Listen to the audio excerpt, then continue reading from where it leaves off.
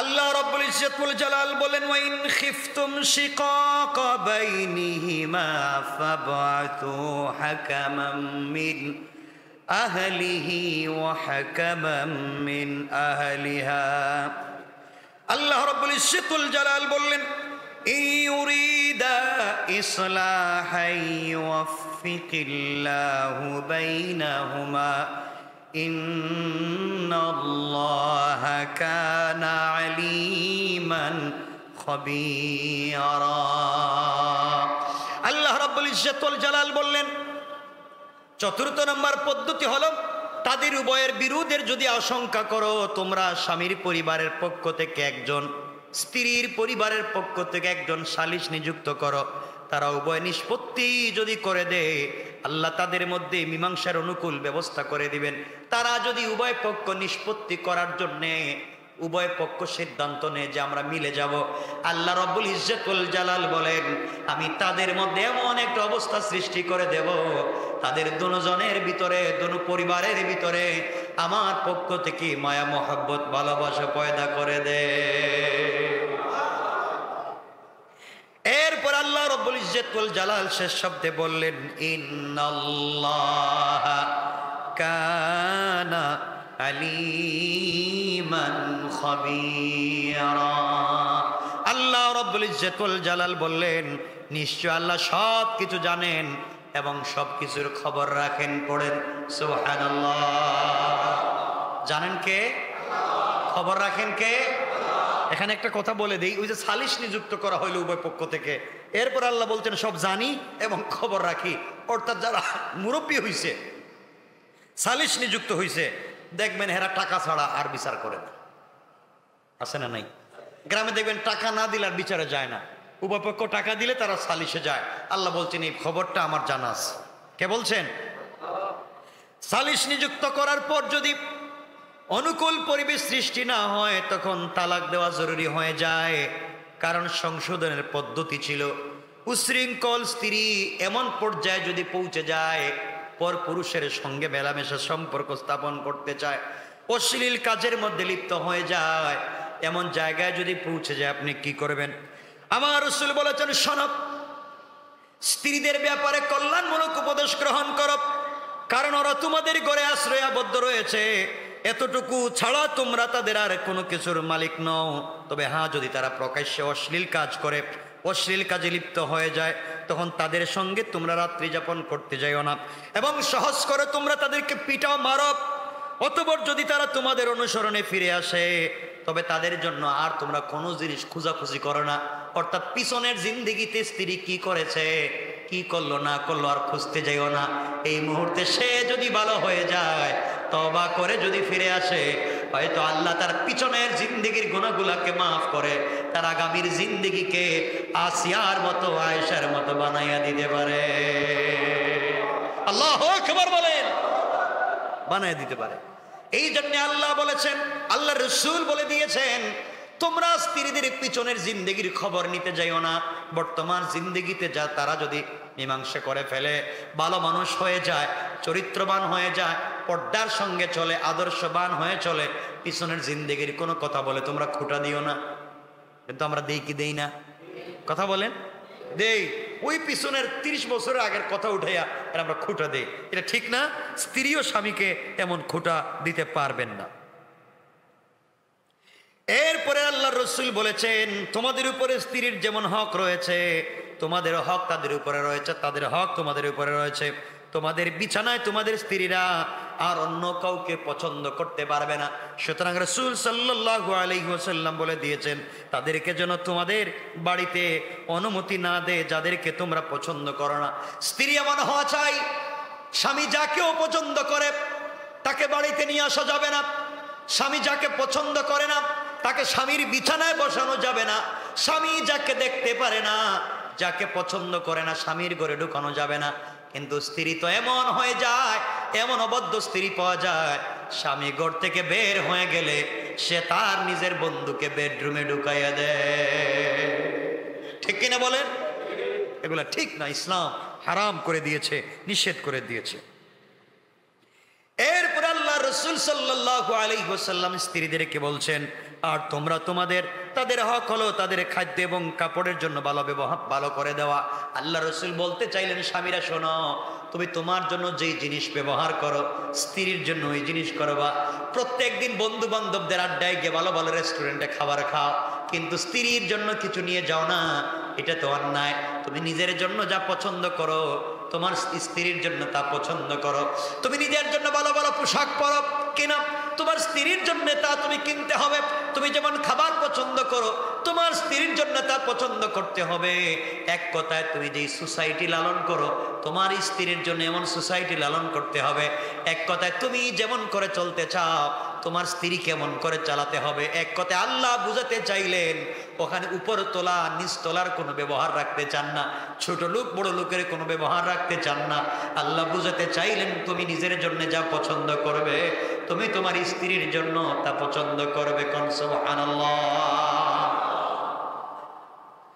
এরপর আল্লাহ রসুল বলেছেন অশ্লীল কাজে লিপ্ত হওয়ার দরুন এত সব সংশোধনের পদ্ধতি বলা হয়েছে, এরপরেও যদি স্ত্রীকে অশ্লীল কাজ থেকে ফিরানো না যায়, পর পুরুষের সঙ্গে অবৈধ সম্পর্ক স্থাপন করা থেকে যদি ফিরিয়ে আনা না যায় তখন অন্য পথ করা লাগবে, আর সেটা হলো তালাক দিতে হবে। তখন তালাক দেওয়া জরুরি হয়ে যায়।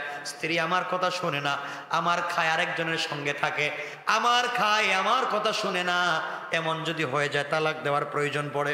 এমন সময় কেমনে তালাক দিতে হবে এই কথাগুলো আল্লাহ তাআলা কোরআনে কারিমে বলে দিয়েছেন। আল্লাহ রসুল সাল্লাল্লাহু আলাইহি ওয়াসাল্লাম বলে দিয়েছেন স্ত্রীকে মারার কয়েকটা ব্যাপার রয়েছে, কেমনে কেমনে স্ত্রীকে প্রহার করবেন।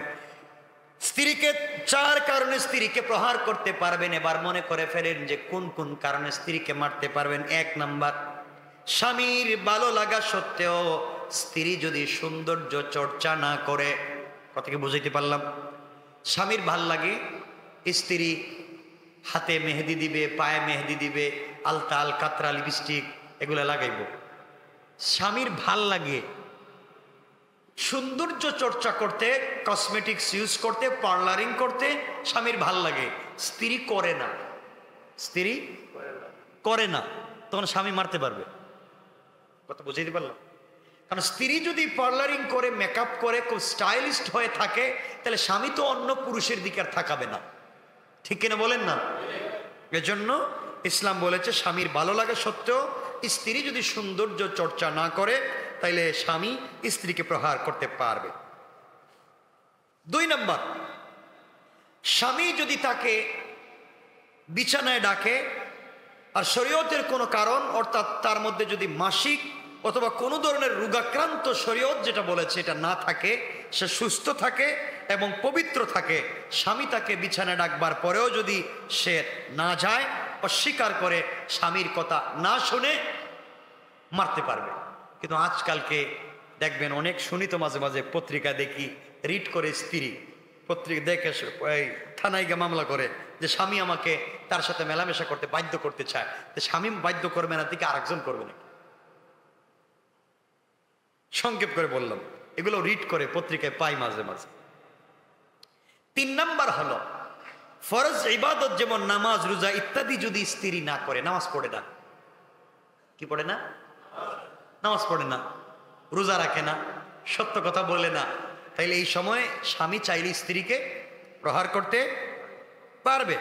4র্থ হলো স্বামীর বিনা অনুমতিতে বাড়ি থেকে যদি বের হয়ে যায়, স্বামীর অনুমতি নেয় না, যেখানে মন চায় সেখানে চলে যায়, স্বামীর অনুমতি নেয় না, এই সময় চাইলে স্বামী কি করতে পারবে? কথা বলেন না, মারতে পারবে। কি করতে পারবে? কই মারবেন? মুখে মারবেন। মুখে মারা হারাম। স্ত্রীর মুখে মানে গালে বা মুখে মারা, কথা বলছেন না কেন? আপনারা মারেনি তো, থাবড়া দেনি তো মুখে। ইসলাম বলেছে স্ত্রীর মুখমণ্ডলে মারা নিষেধ এবং কঠিন মাইর দেওয়া যাবে না। এরপরে আল্লাহ রাব্বুল ইজ্জত ওয়াল জালাল বললেন এত কিছুর পরেও, এত পদ্ধতির পরেও যদি স্ত্রীকে সংশোধন করা না যায়, উপদেশ দিলাম সংশোধন হলো না, বিছানা আলাদা করলাম সংশোধন হলো না, মাইর দিলাম সংশোধন হলো না, সালিশ নিযুক্ত করলাম সংশোধন হলো না, তালাক যদি দিতেই হয় তালাক কেমনে দিবেন? আল্লাহ রাব্বুল ইজ্জত ওয়াল জালাল বলেছেন একসঙ্গে 3 তালাক দেওয়াকে ফিকহের কিতাব সমূহে হারাম বলা হয়েছে।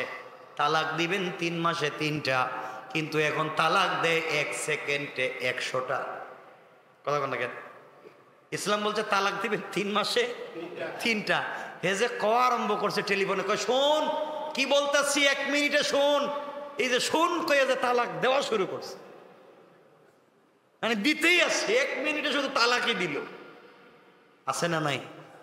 ইসলাম বলেছে 3 তালাক একসাথে দেওয়া হারাম। এর অর্থ হলো হারাম কাজ করলে কি হারাম হবে না? কথা বলেন না কেন? ইসলাম বলেছে শকুরের গোশত খাওয়া হারাম, এখন যদি কেউ খায় তাহলে খাওয়া হবে না? কথা কয় না? পেট ভরবে না? কথা বলেন না কেন? ইসলাম বলেছে, ইসলাম কি বলছে আপনাদেরকে যে আমারে গুলি করে মারতে পারবেন? কথা কয় না কেন? তাহলে আমাকে গুলি করে মারা হারাম বলেন না? মারা, এখন যদি আপনারা গুলি করেন হারাম করলেন, কিন্তু আমি মরবো না, না বাঁচবো? মরবো। তাইলে ইসলাম বলেছে একসাথে 3 তালাক দেওয়া ফিকহের কিতাবে হারাম। যদি দেন হারামও করলেন, কবিরা গুনাহও করলেন, তালাকও দিলেন। কথা বুঝতে পেরেছেন? তালাক দিবেন কয় মাসে? 3 মাসে 3টা। এখানে হিকমত আছে কেন দিবেন।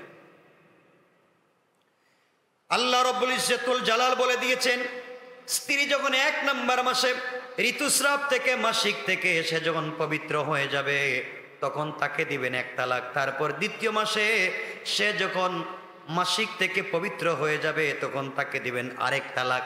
3 নম্বর মাসে সে যখন মাসিক থেকে তার ঋতুস্রাব থেকে পবিত্র হয়ে যাবে তখন দিবেন আরেক তালাক। কয় তালাক হইল? এভাবে তালাক দিবেন। এর অর্থ হলো ইসলাম বুঝাতে চাইলো 3 তালাক দেওয়ার পদ্ধতিতে স্ত্রীকে তালাক থেকে রক্ষা করবার ব্যবস্থা রয়েছে।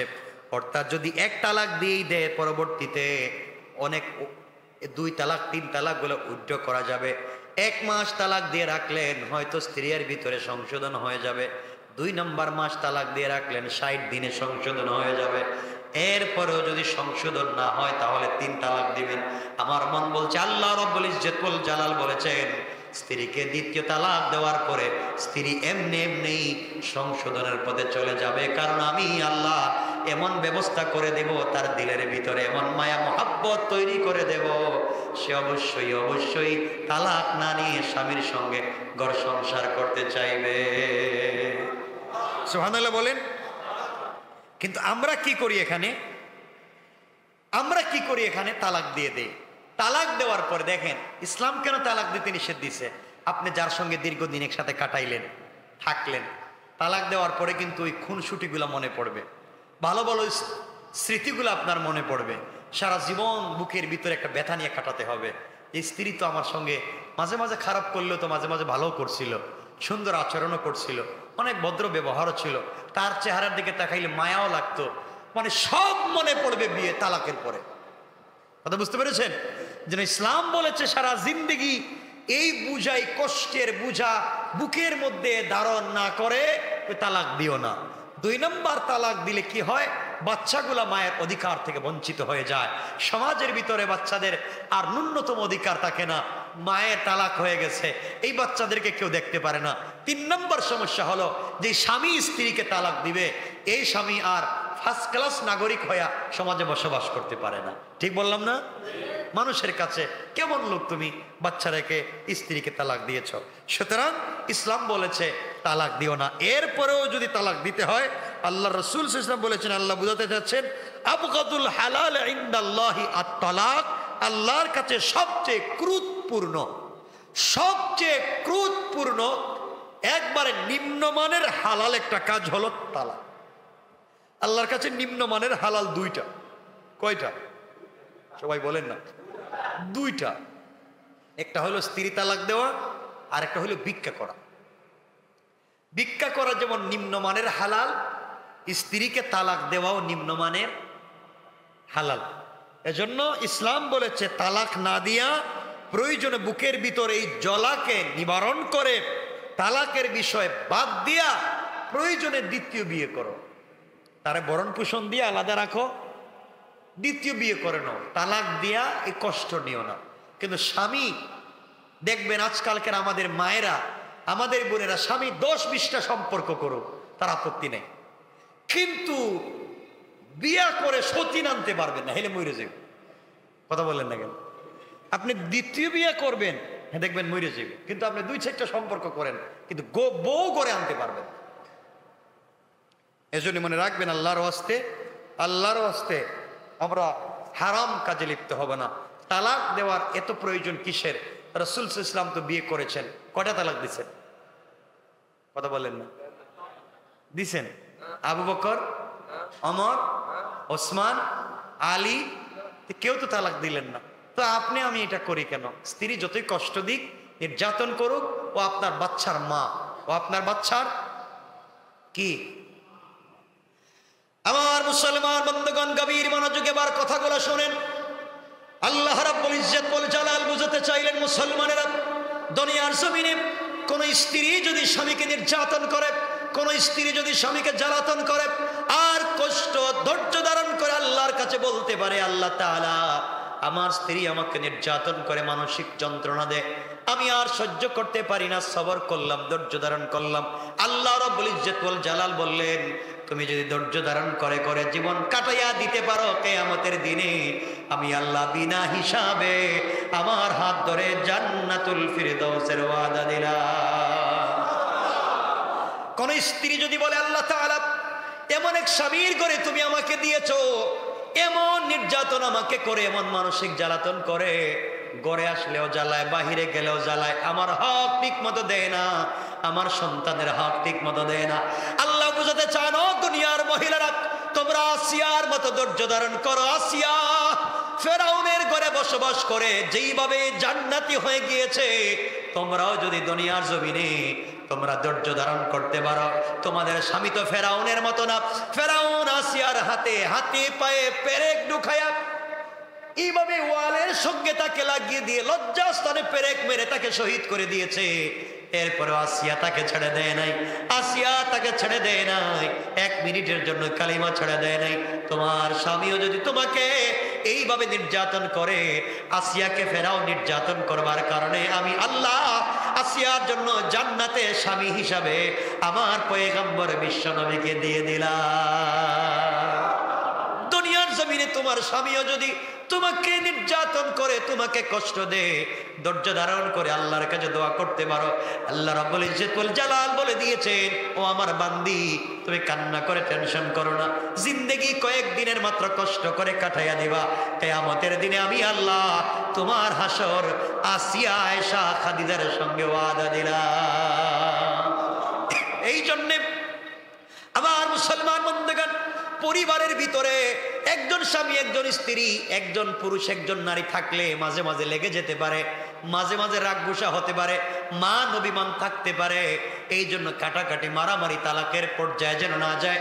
আল্লাহ রাব্বুল ইজ্জত ওয়াল জালাল বলে দিয়েছেন, পরিবারের ভিতরে স্বামী স্ত্রীর মান অভিমান, মাঝে মাঝে রাগারাগি, এরপরে যখন ভালো হয়ে যায়, তারা একত্রে বসে যখন খাবার খায়, আল্লাহ রাব্বুল ইজ্জত ওয়াল জালালের পয়গম্বর বললেন, কোন স্ত্রী যদি স্বামীর মুখে খাবার উঠাইয়া দেয়, আর কোন স্বামী যদি স্ত্রীর মুখে খাবার উঠাইয়া দেয়, আল্লাহ রাব্বুল ইজ্জত ওয়াল জালাল আরশে আজিমে বসে বসে এই দৃশ্যগুলো দেখেন।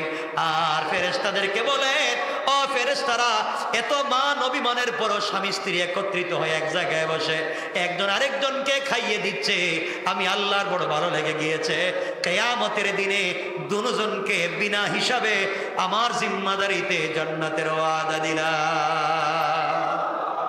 এই জন্য পরিবারে মান অভিমান থাকতে পারে, বুঝাতে হবে, একজন আরেকজনকে বুঝাতে হবে। কিন্তু আমি জানি না, অনেক সময় হতে পারে এমন একটা উচ্ছৃঙ্খল পর্যায়ে চলে যায়, কোনোভাবেই তাকে বোঝানো যায় না। আল্লাহর কাছে বলতে থাকেন, আল্লাহর কাছে বলতে থাকেন। আল্লাহ হয়তো বলেছেন কোরআনে কারিমে, আল্লাহ বলে দিয়েছেন, রাসূল হাদিসে বলছেন, তোমরা ধৈর্য ধারণ করো। কারণ দুনিয়ার জমিনে লূত আলাইহিস সালামকে তার স্ত্রী নির্যাতন করেছে।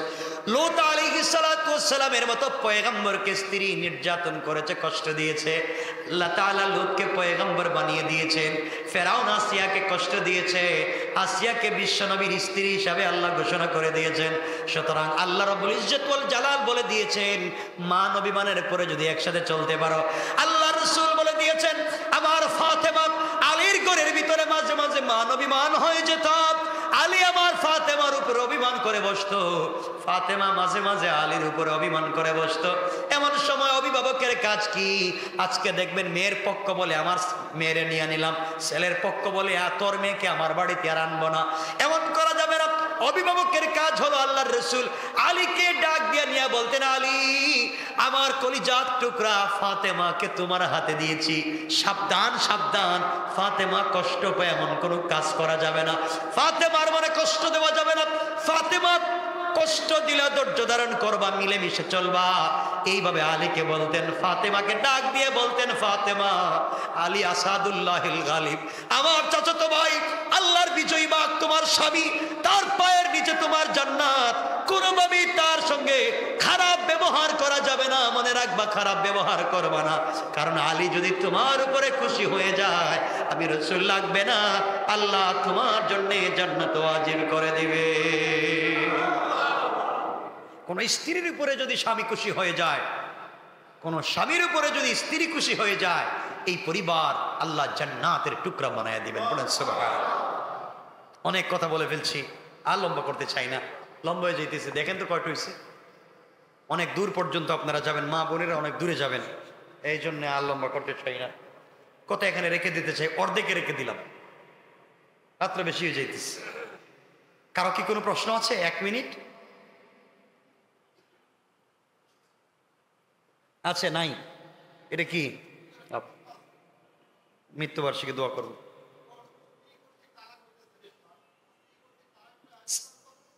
এটা তো একটা মারাত্মক প্রশ্ন করছেন। স্ত্রী কর্তৃক তালাকের কোনো গ্রহণযোগ্যতা ইসলামে নেই। স্ত্রী তালাক দেওয়ার কোনো অধিকারই নেই। স্ত্রী পৃথিবীতে কোনোদিন স্বামীকে তালাক দিতে পারবে না, কথা বুঝছেন? কিন্তু কোর্টে গেলে আপনি দিতে পারবেন, কারণ বাংলাদেশের এই আইনটা বাংলাদেশ বানায় নাই, ওটা পাকিস্তানের সময় থেকে তৈরি করা মুসলিম পার্সোনাল ল, আমাদেরকে গোলাম বানিয়ে রেখে গেছে। মহিলারা কোর্টে গিয়ে তালাক দিয়ে দেয় স্বামীকে, অর্থাৎ কোন স্ত্রী চাইলে স্বামীকে তালাক দিতে পারবে না, এটাই ছিল ইসলামের বিধান। তালাক দিতে পারবে না, তালাক নিতে পারবে। তালাক স্বামী, স্ত্রী যদি বলে স্বামীকে তোমাকে 1 তালাক 2 তালাক 3 তালাক 14 গোষ্ঠী তালাক, তাহলে তালাক হবে না। স্ত্রী যদি বলে তোমার পক্ষ থেকে স্বামী আব্দুল্লাহ বা স্বামী বল্টু মিয়া, তোমার পক্ষ থেকে আমি স্ত্রীর উপরে তালাক নিলাম, তাহলে তালাক হবে। তালাক দিলাম বললে তালাক হবে না, তালাক নিলাম বললে তালাক হবে। আমি একটা কঠিন কথা বলে দিলাম, সারাদিন যদি বউ বলে তালাক দিলাম দিলাম দিলাম দিলাম, তালাক আর হবে না। আইনে আছে, বর্তমান আইনে কোর্টে গেলে এটা হবে, কিন্তু ইসলাম এই জায়গার মধ্যে এটাকে পরিষ্কার করে বলে দিয়েছে, স্ত্রী তালাক স্বামীকে দিতে পারবে না, সে নিতে পারবে। কোর্টে গিয়ে যদি কেউ দিয়ে দেয়, কারণ যে দেশে বসবাস করবেন আপনি সে দেশের আইন তো আপনাকে ফলো করতে হবে। কথা কি বুঝতে পেরেছেন? আর কারো কিছু জানার আছে? আল্লাহুম্মা সাল্লি আলা মুহাম্মাদ ওয়া আলা আলি মুহাম্মাদ কামা সাল্লাইতা আলা ইব্রাহিম ওয়া আলা আলি ইব্রাহিম ইন্নাকা হামিদুম মাজিদ। আল্লাহুম্মা আমিন।